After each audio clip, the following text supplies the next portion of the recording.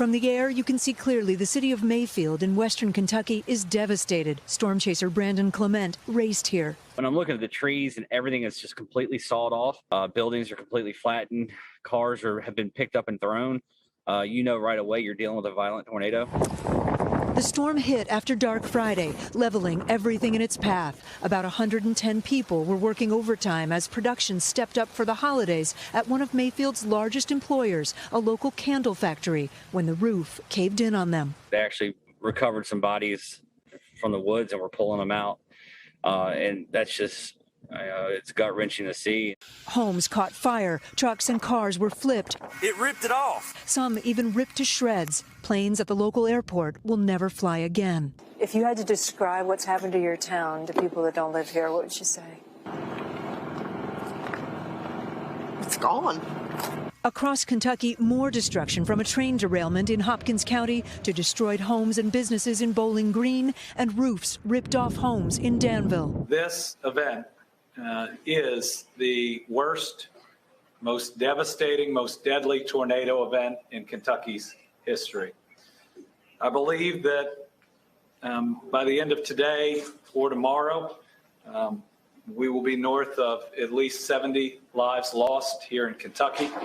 I think we will have lost more than 100 people, and I think it could rise significantly in those numbers. Kentucky's governor calling for those in his state who can to give blood to help. We are ground zero, and I know this community is hit.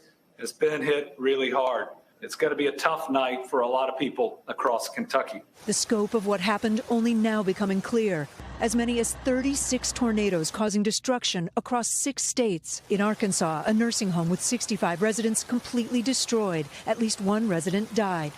It just kind of stopped my heart for a second, knowing that the place had a lot of residents in it that are not physically able and capable of taking care of themselves. A deadly twister in Defiance, Missouri. Major structural damage to the Amazon warehouse. This is going to be a major incident. In Illinois, fatalities at an Amazon warehouse and more damage across Mississippi and Tennessee. An older woman in Kingston Springs, Tennessee, was pinned underneath a mobile home from the waist down until firefighters pulled her free. Tonight, she's in critical condition. President Biden today approving a federal disaster declaration for Kentucky, instructing FEMA and other federal agencies to move in quickly. The federal government will do everything it can possibly do to help.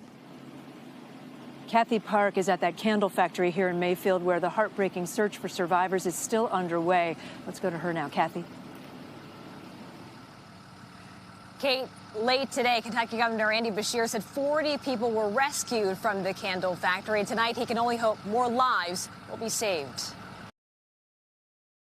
Thanks for watching our YouTube channel. Follow today's top stories and breaking news by downloading the NBC News app.